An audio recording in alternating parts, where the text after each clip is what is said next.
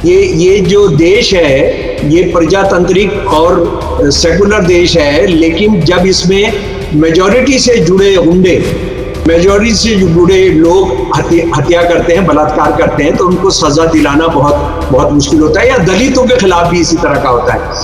ये लड़ाई मरेगी नहीं, सिर्फ ये होगा कि 50-100 साल के बाद जब इस देश का इतिहास लिख रहे होंगे तो इतिहासकार को ये शर्म के साथ बताना पड़ेगा कि मोदी के राज में ये हो रहा था। सुनने वाले जान लें कि उनके दिल दिमाग पर क्या गुजर रही है।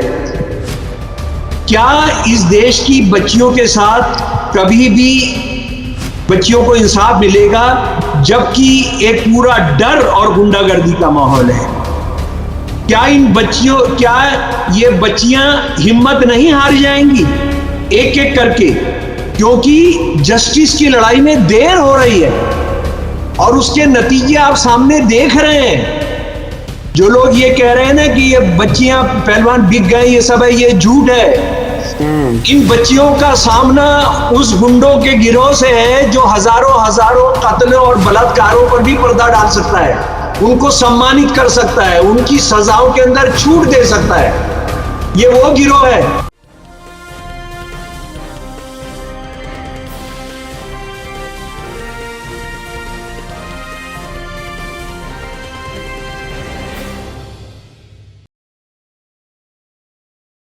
हेलो, नमस्कार, आदाब, सत श्री अकाल और अस्सलाम वालेकुम। मैं हूं मोहम्मद अहमद काज़मी, लेकर आया हूं आपका पसंदीदा कार्यक्रम आपके रूबरू। इस कार्यक्रम में हम आपको कुछ जानकार लोगों से मिलवाते हैं और आज बहुत ही अहम बातचीत हम करने जा रहे हैं शमसुल इस्लाम साहब से। शमसुल इस्लाम साहब को आप अच्छी तरह से जानते हैं। वो बहुत ही बेबाक अंदाज में अपनी बात रखते हैं।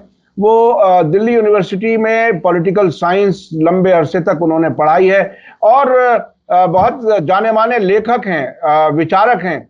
कॉलम हजारों की तादाद में आप लिख चुके हैं और हिंदुत्व यानी मजहब के नाम पर जो राष्ट्रवाद, चाहे वो हिंदुत्व का हो या इस्लाम का हो, उसके खिलाफ बहुत ही डट करके अपनी बात रखते हैं। दलितों, अल्पसंख्यकों के अधिकारों की बात करते हैं और बहुत सी उन्होंने किताबें लिखी हैं। उन किताबों में आपको 2-3 नाम मैं आपको बता देता हूं। काम बहुत किए हैं, लेकिन फिर भी आपको जानकारी के लिए, जो लोग हमें पहली बार देख रहे हैं इस प्रोग्राम को, उनके लिए मैं बताना चाहता हूं। उनकी किताबों में है Hindu nationalism and RSS, Hindutva Savarkar unmasked यानी चेहरे से पर्दा उठा, एक उसी तरह से Muslims against partition of India, मुसलमानों ने भारत के पार्टीशन के खिलाफ जो आवाज उठाई थी उसके बारे में। आरएसएस को जानो, know the RSS, freedom movement and RSS, a story of betrayal, यानी आरएसएस की जो कहानी थी फ्रीडम मूवमेंट में, वो धोखे की और गद्दारी की थी। और एक और किताब है, उसके टाइटल से ही आपको अंदाज हो जाएगा, RS marketing fascism as Hindu national, यानी फासीवाद हिंदू नेशनलिज्म के नाम पर फैला रही है। आज हम जिन इश्यूज पे आपसे बात कर रहे हैं, वो एक तो ये कि ये जो महिला पहलवानों वाला जो आंदोलन है, अभी उसे था कहना ठीक नहीं है। हालांकि सरकार की कोशिश वही है कि ये किसी तरह से दफन हो जाए और उसमें पुलिस भी ऐसे ऐसे पैंतरे बदल रही है जिसमें पूरी तरह से उसे बचाने की कोशिश की जा रही है। हंसी आ रही थी वो खबर देखते हुए कि बृजभूषण के नजदीकी लोगों की इन्वेस्टिगेशन की है, यानी वो आदमी जो डट करके कैमरे पे हर दिन कुछ ना कुछ कह रहा है, उसको पुलिस पूछताछ नहीं करती। उस केस में उसमें क्या कुछ हो रहा है वो हम समझेंगे।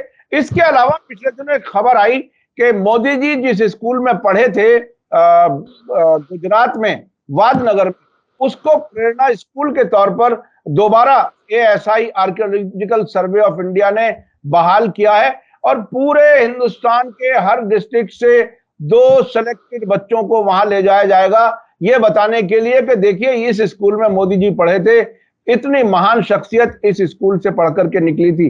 तो उसमें प्रेरणा की क्या क्या गुंजाइश है वो हम समझेंगे और बाकी देश में स्कूलों का क्या हाल हो रहा है, पढ़ाई के लिए सरकार कितनी उदासीन है वो हम समझेंगे और कई और वाकयात हैं जिस पर हम बात करेंगे। शमसुल इस्लाम साहब, वेलकम है आपका, मीडिया स्टार वर्ल्ड को आप समय देते हैं। बहुत आदाब, नमस्कार, बहुत धन्यवाद कि आपने मुझे एक बार फिर मौका दिया काजमी साहब, मैं एक ये निवेदन करना चाहता हूं कि आप जब मेरे किताबों के बारे में बात करते हैं तो क्योंकि हमारा हिंदी का चैनल है तो ये सारी किताबें हिंदी में भी हैं, जी जी तो जी वो उनका नाम रखिए। और जी। दूसरी बात एक ये मैं बहुत जोर देकर कहना चाहता हूं कि मैं जो कुछ लिखता हूं वो बुनियादी दस्तावेजों के आधार पर लिखता हूं।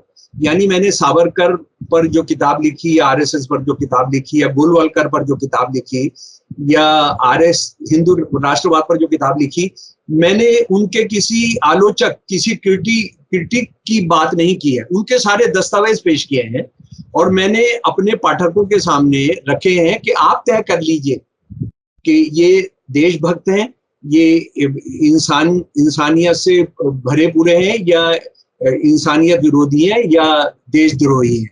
तो ये फैसला लोगों ने करना है, इस देश ने करना है। तो बहुत शुक्रिया।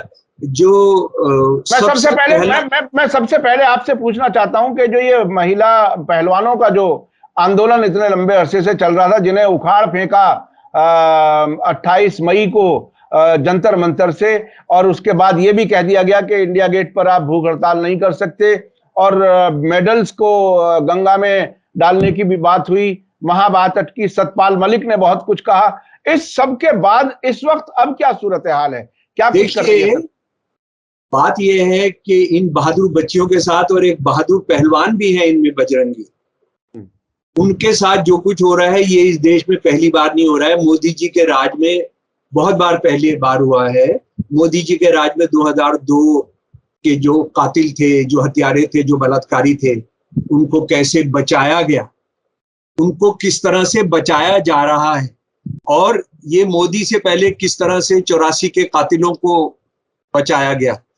उससे पहले नेल्ली मसेकर 1983 के अंदर जिस तरह से 10,000 से ज्यादा बंगाली मुसलमानों के कातिलों के खिलाफ कोई एफआईआर भी नहीं। ये जो देश है ये प्रजातांत्रिक और सेकुलर देश है, लेकिन जब इसमें मेजॉरिटी से जुड़े गुंडे, मेजॉरिटी से जुड़े लोग हत्या करते हैं, बलात्कार करते हैं, तो उनको सजा दिलाना बहुत बहुत मुश्किल होता है। या दलितों के खिलाफ भी इसी तरह का होता है।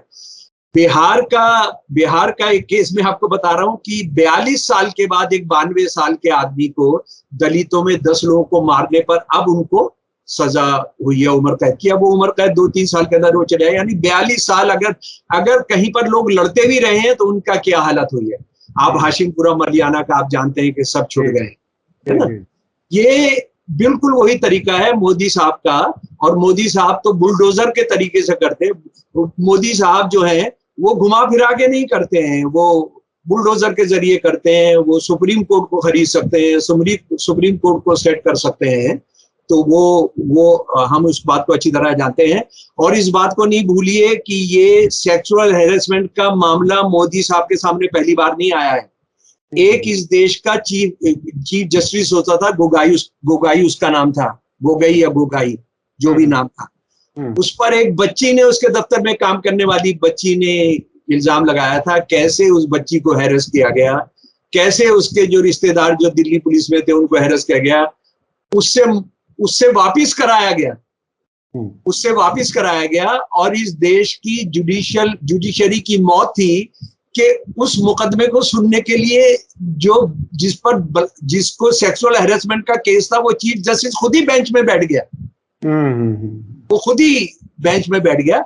असल में इस देश के लोगों की याददाश्त बहुत कम कर दी गई है, बहुत कम। हम नहीं मिला पा रहे हैं कि बच्चियां जो लड़ाई लड़ रही हैं, ये बच्चियां वो गोगोई वाला जो केस है ये उसी का कंटिन्यूएशन।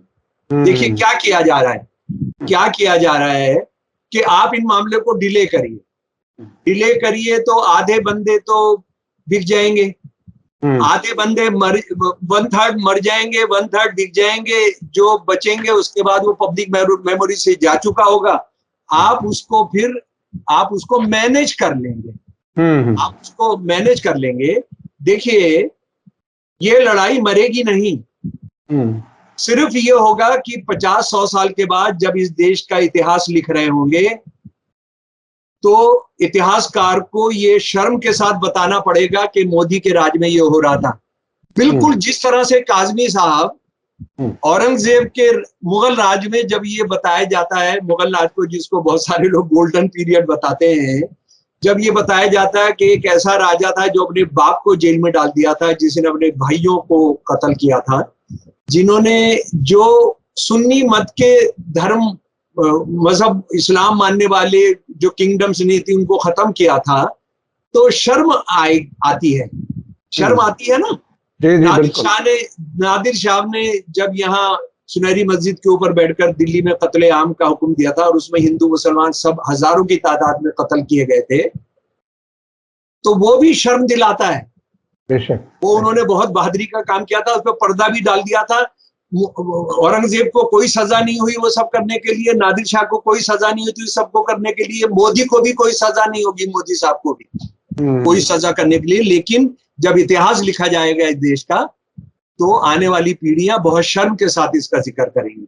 जरा जल्दी से क्या हो रहा है मैं आपको बता दूं। जी जी, वो बता दीजिए जरा। वो बच्ची जो है, बच्ची के माँ बाप कितना इंतजार करते, कितना इंतजार करते।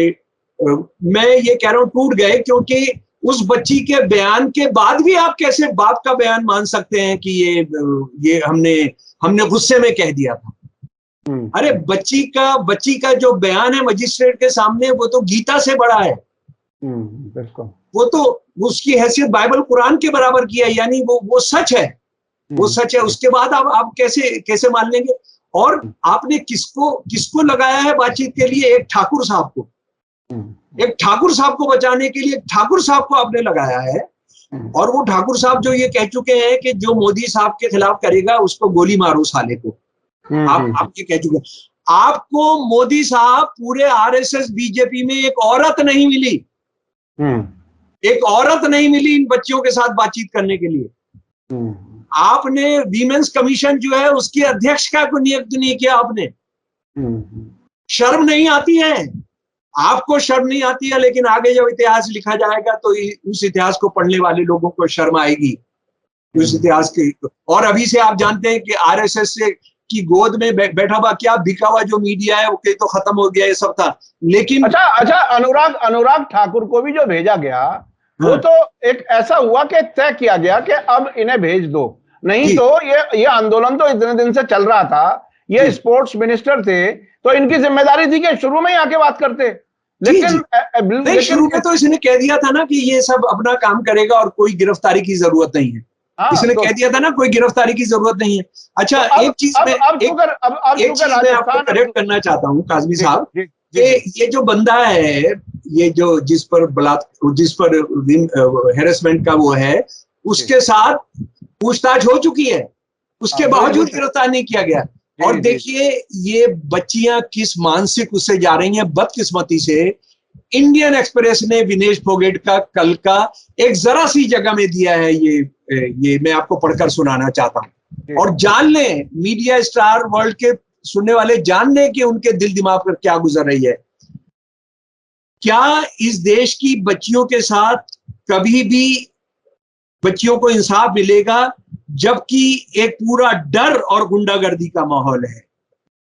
क्या ये बच्चियां हिम्मत नहीं हार जाएंगी एक एक करके? क्योंकि जस्टिस की लड़ाई में देर हो रही है और उसके नतीजे आप सामने देख रहे हैं। जो लोग ये कह रहे हैं ना कि ये बच्चियां पहलवान बिक गए, ये सब है, ये झूठ है। इन बच्चियों का सामना उस गुंडों के गिरोह से है जो हजारों कत्लों और बलात्कारों पर भी पर्दा डाल सकता है, उनको सम्मानित कर सकता है, उनकी सजाओं के अंदर छूट दे सकता है। ये वो गिरोह है। ये किसी भी तरह से जो हत्यारे बादशाह रहे हैं, चाहे मुगल हो या जो दूसरे हो, चाहे कोरम हो, उनसे किसी भी तरह से 19 नहीं है। इसको अच्छे तरीके से समझ लें। लेकिन ये लड़ाई चलेगी, ये लड़ाई इसको कोई खत्म नहीं करा सकता है। और जो जैसा आपने फरमाया कि ठाकुर को क्यों भेजा, मोदी जी जा रहे हैं अमेरिकी शासक वर्गों के निमंत्रण पर, जिसमें वो वाइब्रेंट जो भारत का प्रजातंत्र है, कितना वाइब्रेंट है वो ये औरतों का संघर्ष बता रहा है, उस पर वहां पर कोई सवाल ना पूछ लिया जाए। हालांकि मोदी जी बाहर ये तय कराते हैं, जहां पर भी जाते हैं, कि मैं किसी प्रेस कॉन्फ्रेंस को संबोधित नहीं करूंगा।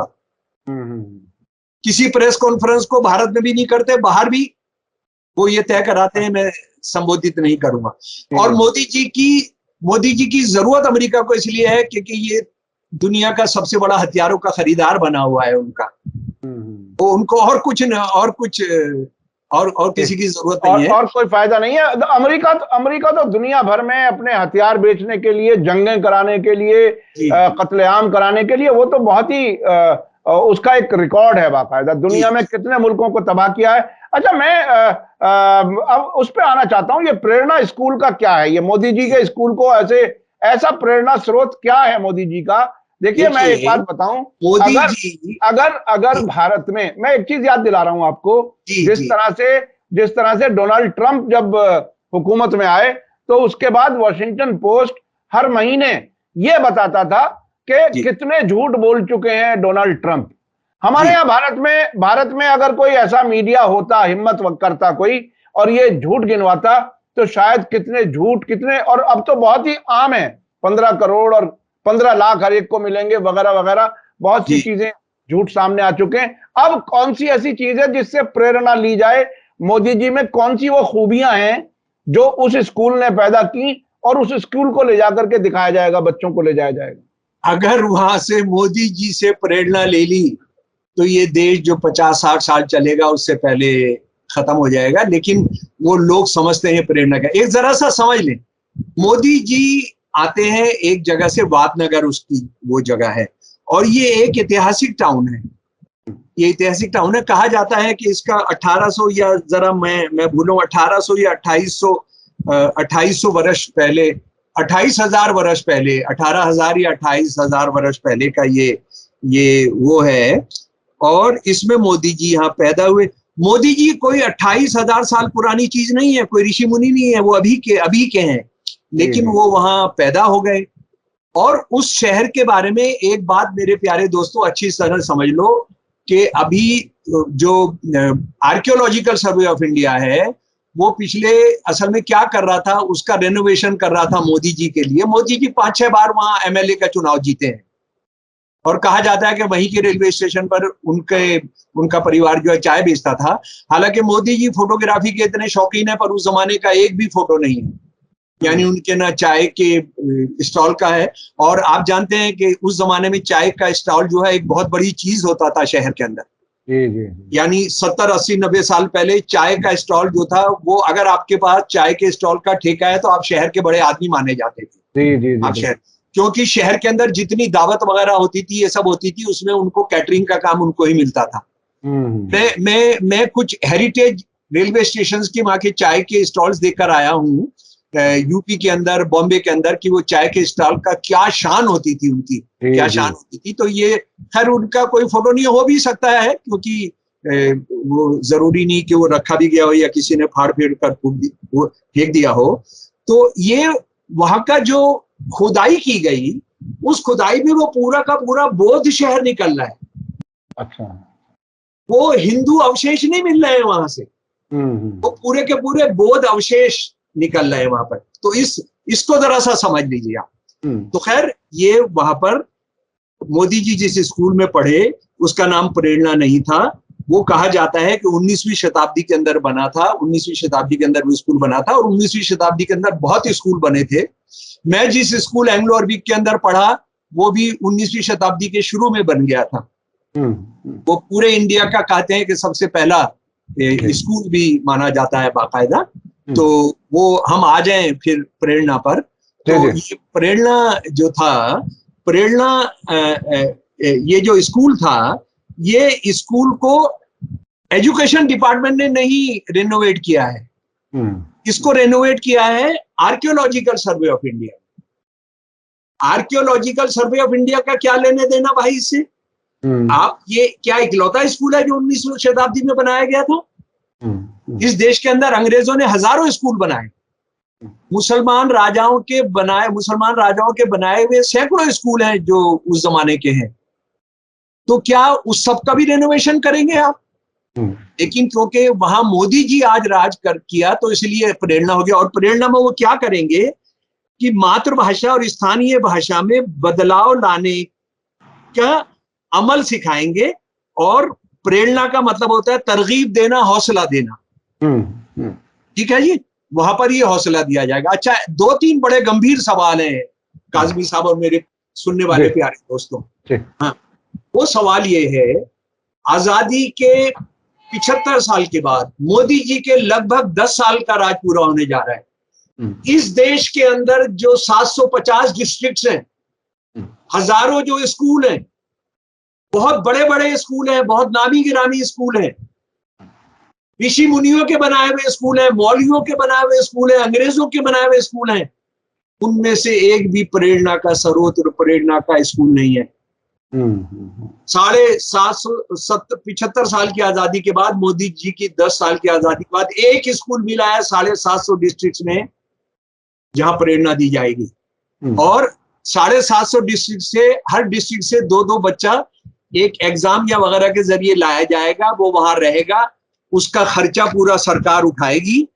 और उनको क्या बताया, 50 वीक तक ये चलेगा, 30 स्टूडेंट लाए जाएंगे 750 डिस्ट्रिक्ट से, और ये 1500 स्टूडेंट इन टोटल आएंगे। 750 को 50 से आप मल्टीप्लाई करेंगे तो शायद 1500 ही हो जाएगा। दो से जब करेंगे, हाँ, दो से करेंगे, हाँ, 2 से करेंगे तो ये 1500 हो जाएगा। और ये एक्सपेरिएंशियल स्कूल है, यानी अपने आप तरह का अलग एक्सपेरिमेंट करने वाला स्कूल है। तो आपने जो लाखों स्कूल है उनमें एक्सपेरिमेंट बंद कर दिया, आपने उनको प्रेरणा से बाहर कर दिया, वो तो अब नफरत के लायक हो गए, है ना। ये ही एक स्कूल हो गया, और ये स्कूल भी मोदी जी से जुड़ा हुआ और गुजरात में हो गया, है ना।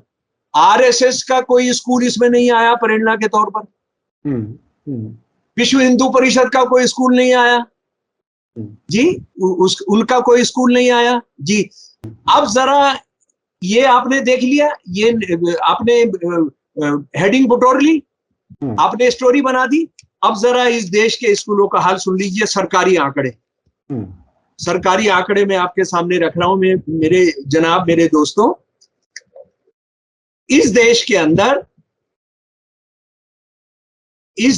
अंदर पिछले 2 सालों में भाईजान, पिछले 2 सालों के अंदर जिन स्कूलों को बंद किया गया है उनका ब्यौरा मेरे से सुन लीजिए। जी। वो स्कूल जो बंद किए गए हैं मैं आपके सामने पेश कर रहा हूं, वो स्कूल हैं 2018-19 में जो गवर्नमेंट के स्कूल हैं, वो जो बंद किए गए उनकी तादाद थी 21 सैकड़ा हजार 2000 लाख 10 लाख 10,83,678 स्कूल बंद किए गए या मर्ज किए गए। एक नया तमाशा क्या किया जा रहा है कि आपके पास इतने स्टूडेंट नहीं है तो आप फला स्कूल के साथ मर्ज करिए। अब जहां स्कूल कम है वो ट्राइबल एरिया है, माइनॉरिटी का एरिया है, जहां औरतें कामगार हैं उनका एरिया है, वहां से आपने शहर के अंदर कर दिया या बड़े बड़े ताल्लुका में कर दिया। उसके बाद जरा सुन लीजिए 2020-21 के अंदर जो सरकारी आंकड़ा है, UDISE का रिपोर्ट है, 1,32,049 स्कूल बंद कर दिए गए। समझ गए भाईजान आप? ये इतनी बड़ी तादाद में स्कूलों का बंद करना। देखिए, मैं दिल्ली में भी ऐसी खबरें आई हैं कि बाकायदा स्कूल बंद किए जा रहे हैं। अभी बीजेपी की एमसीडी बीजेपी के हाथ से निकली है। उस एमसीडी ने करोल बाग में और कई जगहों पर स्कूलों को बाकायदा प्राइवेट लोगों को बेच दिया। तो ये सरकार बच्चों को पढ़ते हुए देखना नहीं चाहती। जो अब नई एजुकेशन पॉलिसी आई है, आगे भी सुन लीजिए कथा, ये शर्मनाक कथा भी खत्म नहीं होती है। असेंबली के अंदर 15 मार्च 2022 को जो शिक्षा मंत्री ने जवाब दिया है, जीतू वघानी ने, गुजरात के अंदर 700 स्कूलों के अंदर, प्राइमरी स्कूल के अंदर सिर्फ एक टीचर है जी। और ये ज्यादा स्कूल वहां हैं जो ट्राइबल डिस्ट्रिक्ट्स हैं, कबायली इलाकों के अंदर हैं ये स्कूल जो हैं। उसके बाद दूसरी बात सुन लीजिए कि ये जो दूसरा जो एक शर्मनाक पहलू है कि गुजरात के अंदर ये भी सरकारी आंकड़ा है 7 मार्च 2022 को गुजराती असेंबली का। गुजराती स्कूलों के अंदर, सरकारी स्कूलों के अंदर 19,128 कमरों की कमी है। कितने सर? 19,121। ये 22 का बता रहा हूं सर मैं आपको। जी जी जी 22 जी का। और इसमें से इसमें से बहुत ज्यादा जो है ट्राइबल एरियाज में है, ट्राइबल डोमिनेटेड दाहोद, जिसमें 1688 नहीं है। उसके बाद दूसरा ट्राइबल डिस्ट्रिक्ट बसंत खाता 1532, भावनगर 966, मेहसाना 947 और सबरकांठा 941। ये हालत है। 23 स्कूलों के अंदर बिजली नहीं है। ये असेंबली के अंदर है सर, ये शमसुल इस्लाम का बनाया हुआ आंकड़ा नहीं है। उसके बाद 5,439 स्कूलों में बाउंड्री नहीं है। बाउंड्री नहीं है सर, सिर्फ कमरे खड़े हुए हैं। कमरे खड़े हुए हैं, कोई भी आ सकता है, कोई भी जा सकता है। और उसके बाद वहां पर जो टॉयलेट्स की हालत है वो तो सारे देश के उसमें है, लेकिन ये तो हमारे देश का मॉडल है, हमारे देश की राजधानी है गुजरात। तो जी जी जी जी जी बच्चियां इसलिए दाखिला लेने नहीं आ रही हैं क्योंकि टॉयलेट काम नहीं कर रहे हैं। जी जी जी। और जब वो बाहर करने जाती हैं तो उनको लफंगे और गुंडे उनको छेड़ते हैं। ये भाई साहब, ये गुजरात के अंदर हो रहा है मेरे प्रिय बंधु, जी जी, मेरे प्यारे दोस्तों। और उसके बाद सबसे विस्फोटक चीज सुन लीजिए, सारी दुनिया के अंदर बिछड़े से बिछड़े देश जो हैं वो अपनी पूरी सकल कमाई जो होती है, देखिए ये कहा जाता है कोई भी देश कल्चरली ये माना जाता है कि उसने कितने बाथरूम बनाए हैं पब्लिक प्लेसेस पर और खासतौर पर औरतों के लिए। और कोई भी समाज, कोई भी देश का विकास माना जाता है कि वो शिक्षा के अंदर कितना पैसा लगाता है। जी, भारत ने मोदी जी के राज में जो पैसा लगाया, कांग्रेसियों ने भी कोई कमी नहीं की हुई थी इसमें, लेकिन वो मार के थोड़ा छांव में रखते थे। इनकी सुन लीजिए, 2012-13 में 3% था जीडीपी जो हम हिस्सा करते थे। 2014-15 में ये 2.6 हो गया। 2015-16 में ये 2.8 हो गया। 2016-17 में वही रहा। 2017-18 में वही रहा। 2020 में ये बढ़कर 2.9 हो गया। ये 2021-22 तक चलता रहा और ये आज भी चल रहा है। यानी शुरू किया था उन्होंने 3.10 से, मोदी जी ने शुरू किया था 3.10 से और 2.90 हो गया है। यानी कम ही किया है उसमें जी। और सुन लीजिए, दुनिया के जो बिछड़े देश हैं उनका क्या है। अफगानिस्तान 2.9 खर्च करता है जो आज भारत कर रहा है जी। अल्जीरिया 7% करता है। अर्जेंटीना 5% करता है। ऑस्ट्रेलिया वगैरह की बात तो छोड़ दीजिए, 6%। अजरबैजान 4.3% करता है। भूटान 7% करता है। भूटान 7% करता है। ब्राजील 6% करता है। अफ्रीका के छोटे छोटे देश बर्किनो फैसो 5.5% करते हैं। चीन 3.6% करता है। फिजी जैसा छोटा देश 5.7% करता है। इंडोनेशिया तो 3.5% करता है। अच्छा, मैं आपको अपनी व्यक्तिगत एक पीड़ा बताता हूँ। मैं पेंशन याफ्ता हूँ दिल्ली यूनिवर्सिटी से। दिल्ली यूनिवर्सिटी सरकारी यूनिवर्सिटी है, सरकारी यूनिवर्सिटी है। पिछले 3 महीने तक कभी भी पेंशन, जिससे हम लोगों का खर्चा चलता है, और क्लास 4 का अंदाजा कीजिए क्या कीजिए, पिछले 2 महीने से हमारी पेंशन नहीं आ रही है। पेंशन वो है जिसमें आप कटौती नहीं कर सकते। मैं मान लीजिए अगर किसी का कत्ल भी कर दूं तो क्योंकि पेंशन से मेरा परिवार जुड़ा हुआ है, उसको आप नहीं रोक सकते, सुप्रीम कोर्ट का फैसला है। 25%, 30% कर आ रही है। मैं दिल्ली यूनिवर्सिटी में जहां पढ़ाता था, वहां के जो क्लास 4 कर्मचारी हैं रो रहे हैं, उनको 16-17 हजार रुपए मिलती है, वो नहीं आने पर कैसे चलता है। ये इतिहास में पहली बार हो रहा है। जी जी जी, आपको पेंशन नहीं मिल पा रही है। ये देखिए वैसे किसी भी मुल्क में देखिए, ये जो जिसको ह्यूमन रिसोर्स डेवलपमेंट नाम रख दिया गया मिनिस्ट्री का। इंसानों को इस तरह से रिसोर्स बनाना अपने आप में एक अजीब बात है, लेकिन फिर भी अगर संसाधन बना दिया आपने, इंसानों को संसाधन बना दिया। देखिए, अगर बच्चों की तालीम पर, तरबियत पर पैसा नहीं खर्च होगा तो वो घर, वो समाज, वो खानदान, वो देश आगे नहीं बढ़ सकता। यहां पैर पीछे खींचे जा रहे हैं कि पढ़ना नहीं, ताकि ऐसा ना हो कि आपको अकल और समझ की बात आ जाए और हमसे फिर आप सवाल करने लगें। और इससे मुल्क का कितना बड़ा नुकसान हो रहा है। एक बच्चा भी अगर अच्छे से पढ़ निकलता है तो पूरी दुनिया का नक्शा बदल सकता है। एक बच्चा भी अगर सही रास्ते पे उनकी पढ़ाई हो। भाई साहब, ये ब्राह्मणवादी शासकों ने जो इस देश का हाल करके रखा था, शिक्षा से सबको वंचित करके रखा था, गुरु द्रोणाचार्य जैसे ही स्कूल होते थे, उसी का नतीजा था कि कुछ लोग 100, 200, 300 हथियार लेकर आए और इस देश पर काबिज हो गए। ये ऐसे ही नहीं हुआ था, ये वही हाल पैदा करा। अच्छा, दूसरी बात, एक शर्मनाक बात जो है, मोदी जी वहां जनता की भाषा में पढ़ाई करवा रहे हैं, लेकिन पूरे अमीरों के ऊपर, मिडिल क्लास जो सारी ऊंची जाति की है, सबके बच्चे अंग्रेजी स्कूल में जा रहे हैं। आरएसएस के टॉप लीडर्स के बच्चे अंग्रेजी स्कूलों में जा रहे हैं, बीजेपी के टॉप लीडर्स के बच्चे अंग्रेजी स्कूलों में जा रहे हैं। ये अंग्रेजी स्कूल में पढ़ के साहब बनेंगे, ये अमेरिका जाएंगे, इंग्लैंड जाएंगे। हाँ, इनके जाने पर कोई पाबंदी नहीं लगाएंगे। हमारे 80% डॉक्टर बाहर चले जा रहे हैं, हमारा पैसा खर्च करता है, हम टैक्स पेयर्स का देते हैं, गरीबों का पैसा मारते हैं, हम उनको नहीं देते हैं कि भाई हमने मेडिकल कॉलेज चलाने। अभी 50 मेडिकल कॉलेज और खुलने जा रहे हैं। इनके जाने पर अब आप पाबंदी नहीं लगाते, आप तीस्ता सेतलवाद के जाने पर पाबंदी लगाते हैं। जिस एक डॉक्टर पर 10 करोड़ रुपया खर्च हो गया इस देश का, वो अमेरिका, इंग्लैंड, फ्रांस कहीं भी जाके नौकरी कर सकता है।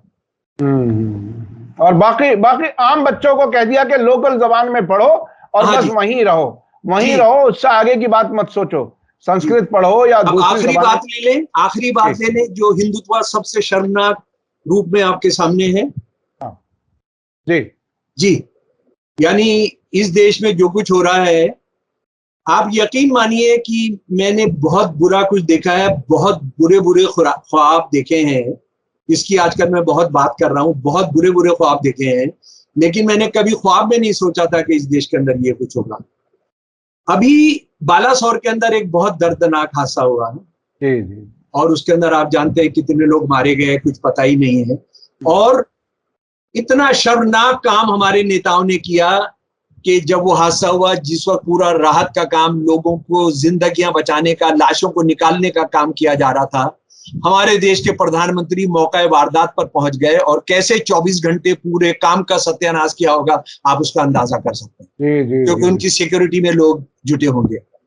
कोई बताइए कितना अमानवीय, कितना ये सब, चलिए, लेकिन वो हो गया। पर उसके अंदर भी मुसलमान ढूंढ लिया गया, और एक पूरा आरएसएस से जुड़े हुए लोग ही होंगे वो। उन्होंने कह दिया कि वहां एक बाकायदा बिल्डिंग दिखा दी सफेद रंग की मस्जिद है, और फ्राइडे था तो ये तो होना ही था। पता ये लगा, आल्ट न्यूज ने बताया कि वो तो इस्कॉन का मंदिर है। जी। इस्कॉन का मंदिर है। फिर उसके बाद उन्होंने ये कहा जो हरे कृष्णा वाले जो वो हैं, इस्कॉन वाले। जी।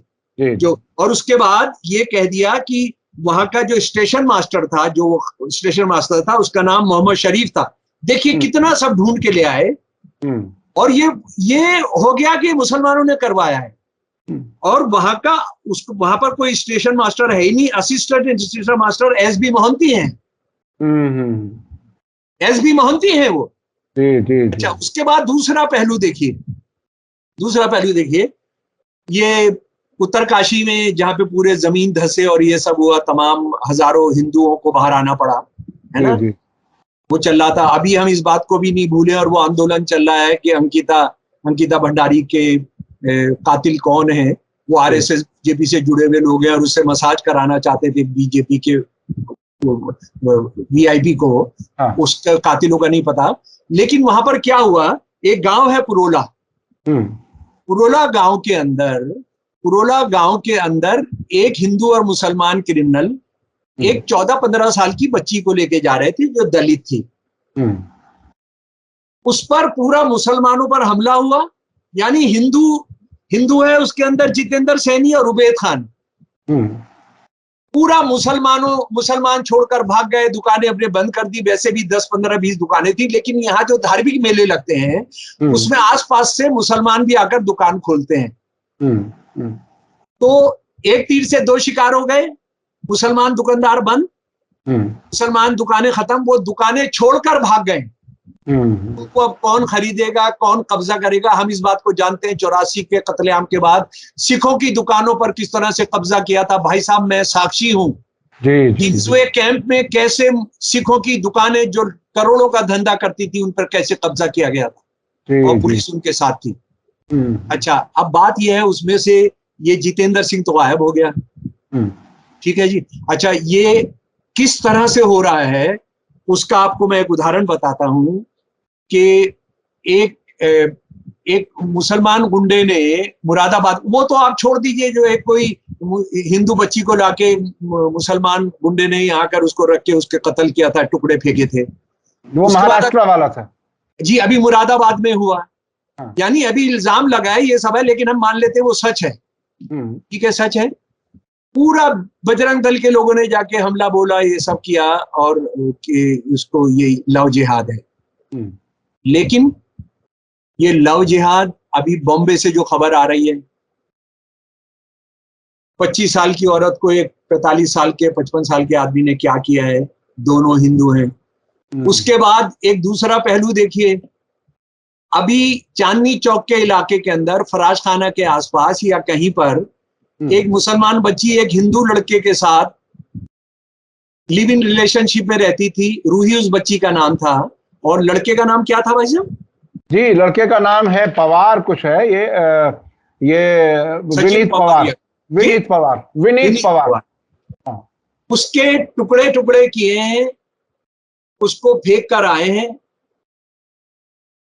तो अब आप देखिए ये देश कहां खड़ा है। मुसलमान बलात्कार करेंगे, कत्ल करेंगे, हत्या करेंगे तो वो कत्ल माना जाएगा। हिंदू गुंडे, हिंदू धर्म के मानने वाले लोग बलात्कार करेंगे, हत्या करेंगे, जलाकर मारेंगे, रेप करेंगे। हिंदू पहलवान महिलाओं के साथ कुकर्म करने की कोशिश करेंगे, वो जुर्म नहीं माना जाएगा। तो मैं काज़मी साहब, मेरे प्यारे सुनने वाले दोस्तों, मैं ये बता रहा हूं, इस देश की अंत्येष्टि का दिन भी तय कर लीजिए। ये वाकई बहुत ही तकलीफ की बात है, और जब यहां तक आप कुछ बोल रहे हैं तो बहुत ही संजीदा बात है। ये अंत्येष्टि जो है वो इतने बुरे हालात हो गए कि आखिर कहां रहे कोई भी इंसान। किसी बाहर के दुश्मन की जरूरत नहीं है, लेकिन मैं फिर ये बताना चाहता हूं कि मेरे जैसे हजारों लाखों लोग हैं, जो करोड़ों लोग हैं, वो इसको नहीं होने देंगे। इन क्रिमिनल्स के, हिंदुत्ववादी क्रिमिनल्स के मुंह पर कालक पोतेंगे, इनको गली गली घुमाएंगे कि ये क्या कर रहे हैं, ये क्या कर रहे हैं। और मोदी जी, मैं आपसे विनती करता हूं, विनती नहीं करता हूं बल्कि आपसे जोरदार शब्दों में कहता हूं कि आपने जो शपथ ली है 11 मई या 15 मई या 9 मई 2014 को, आप उसको निभाइए, नहीं तो आप भी इस देश के इतिहास में गद्दारों में गिनती होगी, इस देश को तबाह करने वालों में आपकी गिनती होगी, आरएसएस समेत। बहुत बहुत शुक्रिया शमसुल इस्लाम साहब, आपसे बात करके हिम्मत भी मिलती है, और कहां कितनी तकलीफ है, किस तरह से देश को कहां पहुंचाया जा रहा है। जो आपने स्कूलों के बंद होने की तादाद बताई लाखों में, वो बहुत ही तकलीफदेह है। यानी जहां बच्चों को पढ़ने का मौका था, वो पढ़ने का मौका ही खत्म कर दिया जाए, बिल्कुल उन्हें मजदूर बना करके रखा जाए, ताकि वो दिमाग से सोच ना सकें, सवाल ना कर सकें। तो ऐसी हालत में देश को कहां ले जाएंगे, क्या होगा? जी, आप कुछ कहना?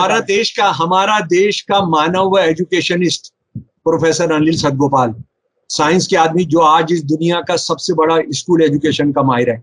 भगत सिंह के भांजे जगमोहन सिंह स्कूल की शिक्षा बचाने के लिए 24 घंटे सफर कर रहे हैं, 24 घंटे लगे हुए हैं। ये सारे आंकड़े उन्होंने मुझे दिए हैं। जी, बिल्कुल। अब जाहिर है ये बगैर आंकड़ों के तो आप बात नहीं करते, बाकायदा सबूतों के साथ। बहुत शुक्रिया। सोशल मीडिया पर और ज्यादा लंबी हम बात नहीं कर सकते, इसलिए हमें बात यही रोकनी पड़ रही है। फिर अगले हफ्ते हम आपसे फिर मिलेंगे और अपने दर्शकों को हम बताना चाहेंगे कि ये सारे आंकड़े आप लोग अपने सामने लिख करके रख सकते हैं, समझ सकते हैं, लोगों के साथ बात कर सकते हैं। वो इस तरह से चीजें रखते हैं हमारे यानी शमसुल इस्लाम साहब कि वो कहीं कोई काट नहीं सकता। ये सरकारी आंकड़े हैं और हकीकत यही है देश की जो बताई जा रही है। बहुत बहुत शुक्रिया। इसी के साथ मुझे दीजिए इजाजत। जिंदाबाद। हमारा देश जिएगा जिएगा जिएगा जिएगा इन क्रिमिनल्स के बावजूद। बेशक बेशक। बहुत बहुत शुक्रिया। इसी उम्मीद के साथ हम फिर अगले हफ्ते फिर मिलेंगे। इसी के साथ मुझे दीजिए इजाजत। धन्यवाद, शुक्रिया। जय भारत, जय हिंद।